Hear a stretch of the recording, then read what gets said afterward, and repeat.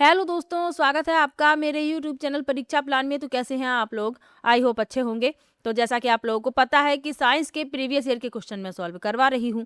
पिछले वीडियो में मैंने दिसंबर 2016 वाला पेपर लिया था और आज मैं लेकर आई हूं फरवरी 2016 वाला पेपर। तो चलिए वीडियो को शुरू करते हैं। वीडियो देखने के बाद यदि आपको अच्छा लगे, हेल्पफुल लगे तो वीडियो को लाइक और शेयर कीजिएगा, और यदि आप चैनल पर नए हैं तो चैनल को सब्सक्राइब कर लीजिए। तो चलिए शुरू करते हैं। इसकी पहले वाली वीडियो यदि नहीं देखी है तो देख लीजिए। 2022 वाले पेपर से मैंने शुरुआत की है, जो लास्ट आपका यूपी टेट का पेपर हुआ है वहां से मैंने शुरुआत की है। और पिछले वीडियो में दिसंबर 2016 वाला पेपर लिया था और ये पेपर फरवरी 2016 वाला है। तो चलिए शुरू करते हैं। पहला प्रश्न दिया गया है, वह ताप जिस पर लौह चुंबकत्व समाप्त हो जाता है तथा पदार्थ अनुचुंबकीय हो जाता है कहलाता है। पहला है उत्क्रमण ताप, दूसरा है बॉयल ताप, तीसरा है क्यूरी ताप और चौथा है केल्विन ताप। तो वह निश्चित तापमान जिस पर लौह पदार्थों के चुंबकत्व का गुण समाप्त हो जाता है वह क्यूरी ताप कहलाता है। क्यूरी टेम्परेचर सी विकल्प इसमें आपका उत्तर हो जाएगा। यह वास्तव में लौह तत्वों के इलेक्ट्रॉनों को अयुग्मित कर देता है, यानी अनपेयर कर देता है, जिससे उनका चुंबकत्व समाप्त हो जाता है। तो सी विकल्प इसमें आपका उत्तर हो जाएगा। इंपॉर्टेंट क्वेश्चन है, याद रखिएगा। चलिए आगे बढ़ते हैं। 5 संधारित्र जिनमें प्रत्येक की धारता 10 म्यू एफ है, 100 वोल्ट के डीसी स्रोत से चित्र अनुसार जुड़े हैं। बिंदुओं ए तथा बी के बीच तुल्य धारता है। ये चित्र आप देख सकते हैं, ये चित्र आपको क्वेश्चन में दिया गया है। तो हमें बिंदु ए और बी के बीच की तुल्य धारिता बतानी है। चलिए निकाल लेते हैं।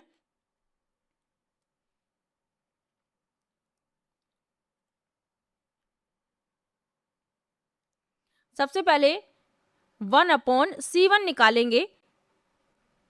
1/10 प्लस 1/10, यानी कि जो 5 संधारित्र हैं इनमें प्रत्येक की धारता 10 म्यू एफ दी गई है। तो पहले C1 निकालते हैं, फिर C2 निकालेंगे, फिर दोनों को जोड़ देंगे। ये हो गया 10, ऊपर हो गया 1 और 1, 2/10, यानी कि 2 एकम 2, 2 पंचे 10। 1/C1 बराबर आ गया 1/5। C1 बराबर हो गया 5। इतना आपको समझ में आया होगा। C1 बराबर कितना हो गया? 5 हो गया। इसी तरीके से C2 निकाल लेते हैं। 1/C2 1/10 प्लस 1/10, क्योंकि जो 5 संधारित्र हैं इसमें प्रत्येक की धारता 10 म्यू एफ ई है, इसीलिए 10-10 लिया है। तो C2 भी इसी प्रकार से आएगा, कितना? 5। अब धारता बतानी है, यानी C बराबर C1 प्लस C2। C1 और C2 कितने निकाले हैं? C1 और C2 दोनों ही 5-5 निकाले हैं। तो C बराबर हो गया 5 प्लस 5, यानी कि 10 म्यू एफ। इसमें आपका डी विकल्प हो जाएगा उत्तर। चलिए आगे बढ़ते हैं, अगले प्रश्न पर चलते हैं। सफेद बॉक्साइट अयस्क जिसमें आयरन ऑक्साइड अशुद्धता के रूप में ना हो, उसकी शोधन प्रक्रिया कहलाती है। पहला है बेयर प्रक्रिया, दूसरा है हॉल प्रक्रिया, तीसरा है सरपेक प्रक्रिया और चौथा है होप्स विद्युत अपघटनी प्रक्रिया। तो बॉक्साइट एल्यूमिनियम का प्रमुख अयस्क है। जब इसमें आयरन ऑक्सीकृत रूप में उपस्थित नहीं होता तो उपरोक्त विकल्पों में से सरपेक प्रक्रिया सबसे उपयुक्त शोधन विधि होगी इसमें। तो इसमें आपका सी विकल्प ही उत्तर हो जाएगा, सरपेक प्रक्रिया। चलिए आगे बढ़ते हैं, अगले प्रश्न पर चलते हैं। स्याही का दाग मिटाने के लिए कौन सा अम्ल प्रयोग करते हैं? इंपॉर्टेंट क्वेश्चन है। पहला विकल्प है ऑक्जेलिक अम्ल, दूसरा है एसिटिक अम्ल, तीसरा है फॉर्मिक अम्ल और चौथा है मैलिक अम्ल। तो स्याही का दाग मिटाने के लिए ऑक्जेलिक अम्ल का बहुतायत में प्रयोग किया जाता है। पहला विकल्प इसमें आपका उत्तर हो जाएगा। ऑक्जेलिक अम्ल टमाटर में पाया जाता है, तो ये भी आपको याद रखना है, ये किस में पाया जाता है? टमाटर में। इसके अलावा एसिटिक अम्ल जो है ये सिरके में पाया जाता है। फार्मिक अम्ल चींटी की डंक में पाया जाता है और मधुमक्खी की डंक में भी पाया जाता है।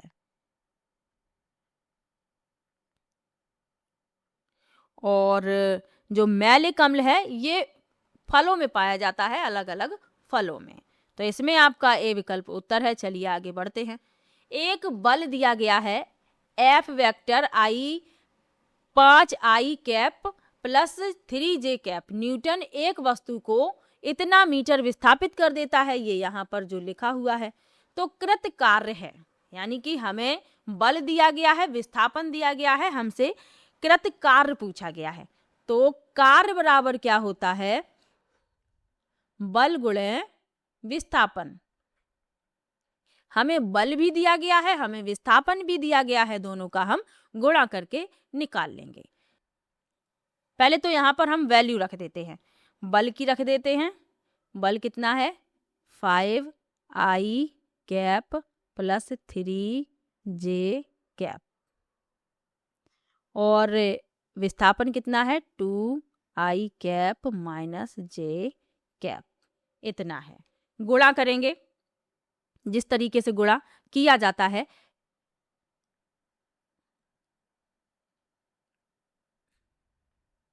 पहले 5 का करेंगे, 5i गुणा 2i प्लस 5i, यहाँ कैप लगे हुए हैं, थोड़ा सा ध्यान दीजिएगा, माइनस गुणा माइनस जे कैप।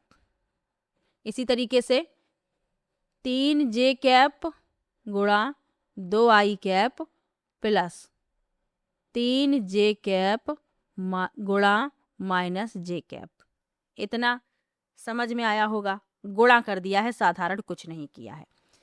5 और 2 का गुणा होगा 10 आएगा, i का i में गुणा होगा 1 आएगा, तो 10 एकन 10, सीधा 10 लिख दिया। इसी तरीके से प्लस लगाएंगे, i और j का गुणा होगा 0 आएगा, और 5 में 0 का गुणा होगा तो भी कितना आ जाएगा 0 आ जाएगा। इसी तरीके से 3 और 2 का गुणा होगा 6 आएगा, और i और j का जब गुणा होगा तो भी यहाँ पर कितना आएगा 0, प्लस 3 और 3j और j का गुणा होगा तो कितना आएगा 3 ही आएगा, और j का गुणा होगा तो आएगा -1, क्योंकि यहाँ पर माइनस लगा हुआ है।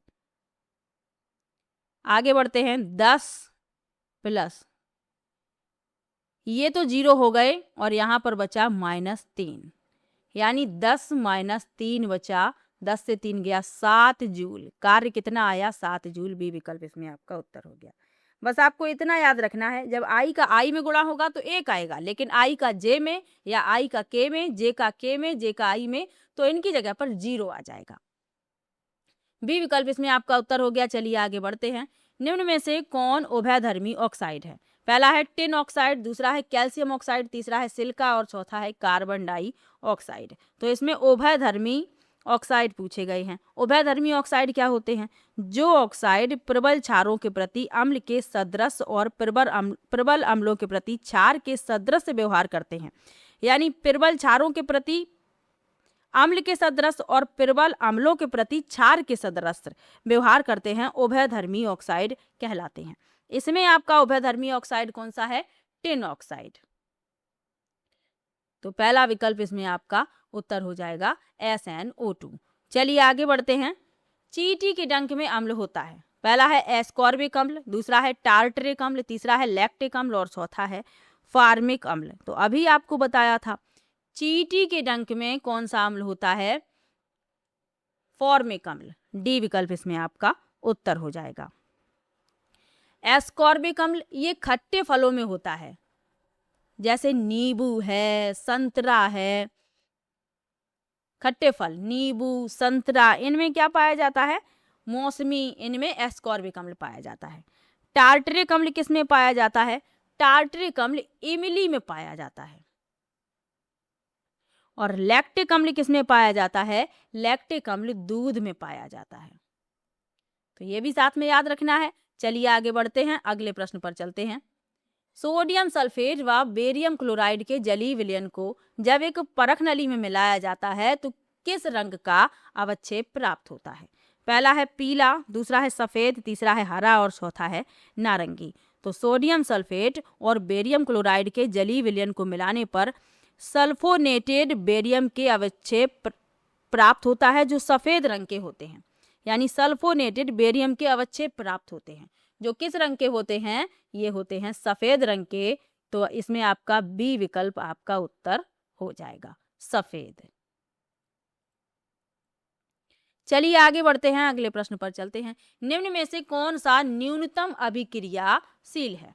पहला है आयरन, दूसरा है कॉपर, तीसरा है सिल्वर और चौथा है गोल्ड। तो इसमें न्यूनतम अभिक्रियाशील पूछा गया है तो वह है आपका गोल्ड। डी विकल्प इसमें आपका उत्तर हो जाएगा, सोना। चलिए आगे बढ़ते हैं। कोयले के भंजक आसवन से क्या नहीं प्राप्त होता? पहला है कोल गैस, दूसरा है पेट्रोलियम, तीसरा है अमोनियामय द्रव और चौथा है कोलतार। तो कोयले के भंजक आसवन से पेट्रोलियम प्राप्त नहीं होता क्योंकि पेट्रोलियम खुद ही प्राकृतिक पदार्थ है। तो इसमें आपका यानी प्रकृति में पाया जाने वाला हाइड्रोकार्बन है। तो इसमें आपका बी विकल्प उत्तर हो जाएगा। चलिए आगे बढ़ते हैं। पौधों में एधा का मुख्य कार्य है, कैम्बियम का मुख्य कार्य पूछा गया है। पहला है खाद्य पदार्थों का स्थानांतरण, दूसरा है टूटे फूटे की मरम्मत करना, तीसरा है जल का स्थानांतरण और चौथा है वाष्पोत्सर्जन में सहायक।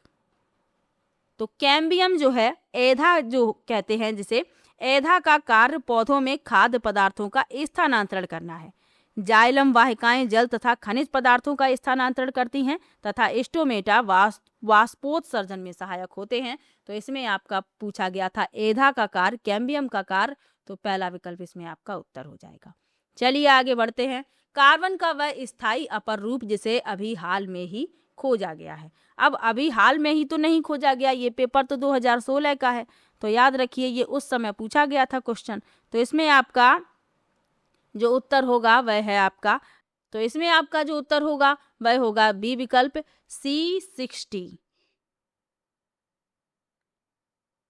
इसका नाम क्या है? वकमिंस टरफुलरीन कार्बन का स्थायी अपर रूप है जिसे हाल में ही खोजा गया। चलिए आगे बढ़ते हैं। शैवाल और कवक के परस्पर सहयोग से बने सहजीवी पौधे हैं। पहला है फ्यूनेरिया, दूसरा है लाइकेन, तीसरा है मार्केंसिया और चौथा है रिक्सिया। तो शैवाल और कवक के परस्पर सहयोग से बने सहजीवी पौधे का नाम क्या है? लाइकेन। तो इसमें आपका बी विकल्प हो जाएगा उत्तर। चलिए आगे बढ़ते हैं। फाइकस में परागण होता है। पहला है कीटों द्वारा, दूसरा है वायु द्वारा, तीसरा है जल द्वारा और चौथा है चिड़ियों द्वारा। तो फाइकस में परागण होता है कीटों द्वारा। फाइकस यानी कि गूलर जिसे कहते हैं हिंदी में, तो गूलर में परागण कीटों द्वारा होता है, इसलिए हमें प्रायः गूलर के पुष्प के अंदर छोटे छोटे कीड़े दिखाई देते हैं। तो इसमें आपका ए विकल्प उत्तर हो जाएगा।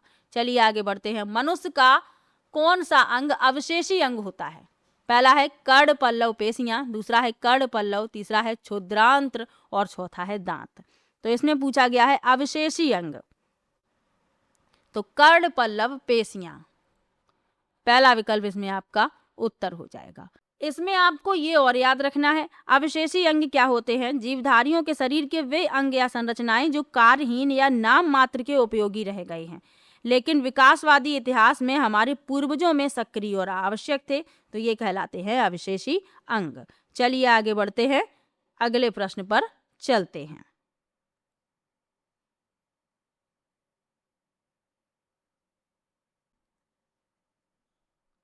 अगला प्रश्न दिया गया है, स्तनधारियों में कौन सा अंग श्वसन में सहायक नहीं होता? पहला है पसलियां, दूसरा है उदर पेशियां, तीसरा है डायाफ्राम और चौथा है लैरिंक्स। तो स्तनधारियों में जो लैरिंक्स होते हैं, लैरिंक्स, ये श्वसन में सहायक नहीं होते, बाकी तीनों श्वसन में सहायक होते हैं। लैरिंक्स यानी कि स्वर ग्रंथि। चलिए आगे बढ़ते हैं।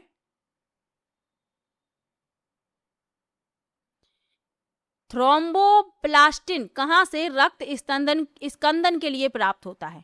पहला है लाल रक्त कणिका यानी आरबीसी, रेड ब्लड सेल जिसे कहते हैं, दूसरा है प्लेटलेट्स, तीसरा है मोनोसाइट्स और चौथा है लिम्फोसाइट्स। तो थ्रोम्बोप्लास्टिन कहाँ से रक्त स्कंदन के लिए प्राप्त होता है? प्लेटलेट से। तो इसमें आपका बी विकल्प सही हो जाएगा, प्लेटलेट्स। चलिए आगे बढ़ते हैं। एंट अमीबा हिस्टोलिटिका से होने वाले रोग का नाम है? पहला है मलेरिया, दूसरा है पेचिस, तीसरा है टाइफाइड और चौथा है पीलिया। तो एंट अमीबा हिस्टोलिटिका से होने वाला रोग कौन सा है? पेचिस। तो इसमें आपका बी विकल्प उत्तर हो जाएगा। मलेरिया किससे होता है? मलेरिया होता है प्लाज्मोडियम वाइवेक्स।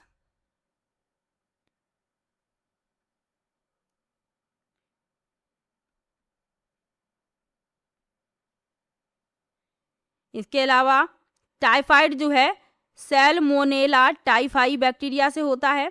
पीलिया जो है ये वायरस जनित रोग है और ये आपको बता ही दिया। चलिए आगे बढ़ते हैं। बीमारी फैलाने वाले एजेंट को क्या कहते हैं? पहला है सीक्रेटिन, दूसरा है प्रोलैक्टिन, तीसरा है एमाइलेज और चौथा है पैथोजन। तो बीमारी फैलाने वाले एजेंट को क्या कहते हैं? पैथोजन कहते हैं। डी विकल्प इसमें आपका उत्तर हो जाएगा, पैथोजन।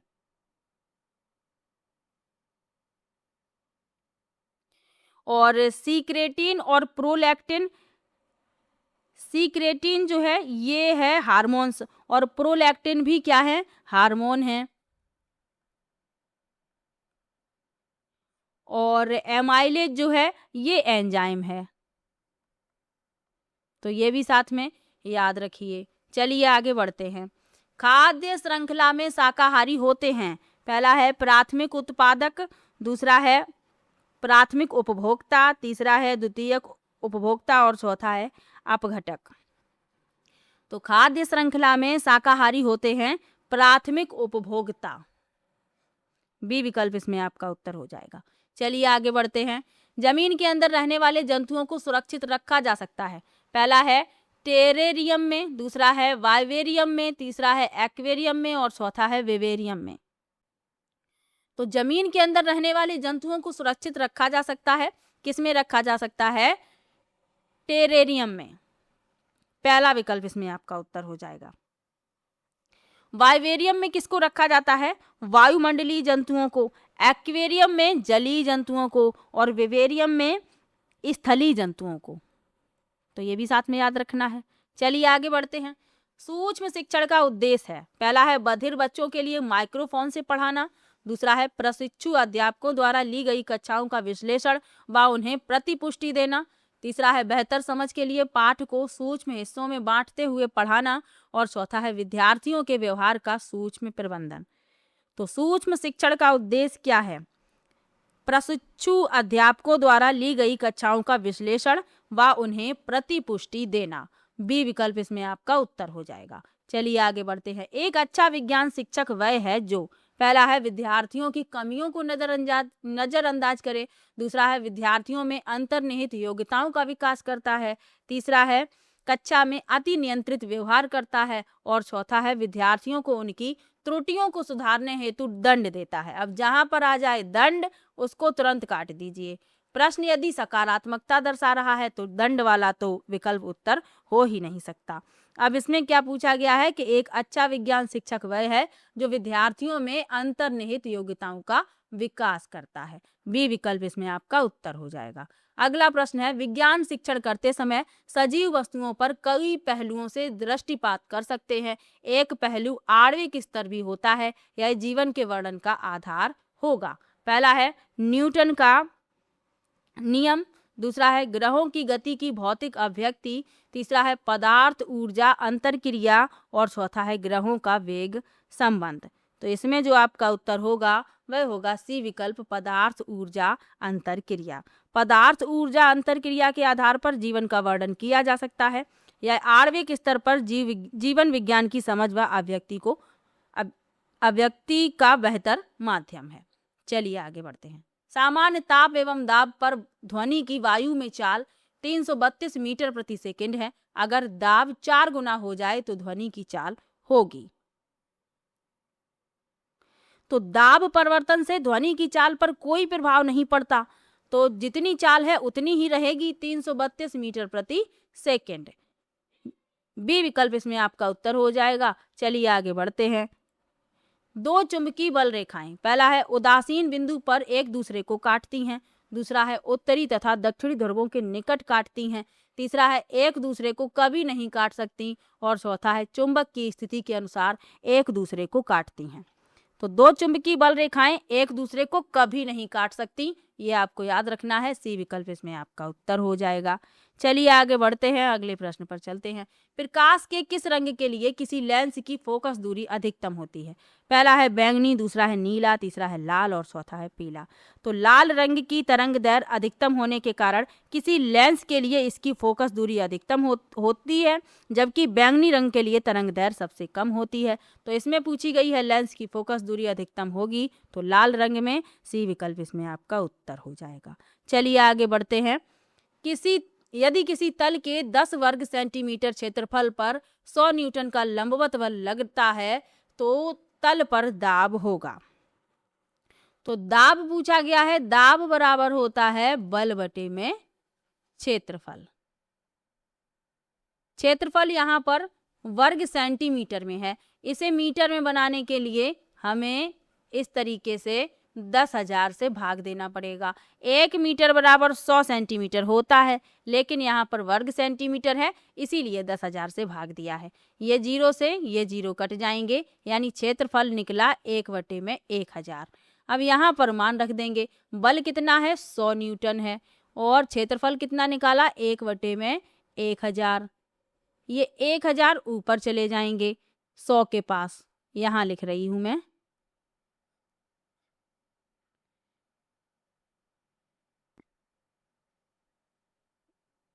यानी कि इतना आया, कितना आया 1 लाख।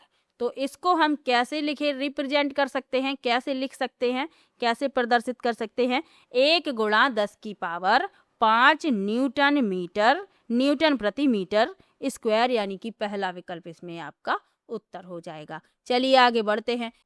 अगला प्रश्न है, यदि किसी पिंड की गतिज ऊर्जा में 0.1% की वृद्धि हो तो संवेग में प्रतिशत वृद्धि क्या होगी? तो संवेग में प्रतिशत वृद्धि पूछी गई है, तो गतिज ऊर्जा में प्रतिशत वृद्धि और 1/2 से गुणा कर दीजिए।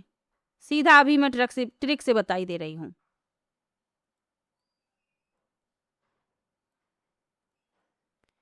अगला प्रश्न है, यदि किसी पिंड की गतिज ऊर्जा में 0.1% की वृद्धि हो तो उसके संवेग में प्रतिशत वृद्धि होगी। तो संवेग में प्रतिशत वृद्धि बराबर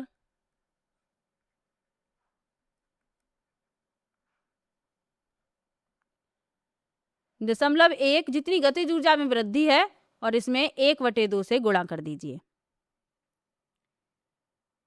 यानी कि आपका आंसर कुल कितना आएगा, इतना।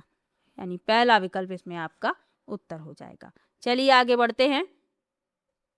किसी कक्षा में सृजनशील छात्रों की पहचान कैसे करेंगे? पहला है उन्हें गणितीय प्रश्न हल करवाकर, दूसरा है उन्हें एक किताब के पैराग्राफ अंशों को पढ़ने को कहकर, तीसरा है उन्हें किसी वस्तु के नए उपयोग करने को कहकर और चौथा है उन्हें एक बड़ा रासायनिक सूत्र याद करने को कहकर।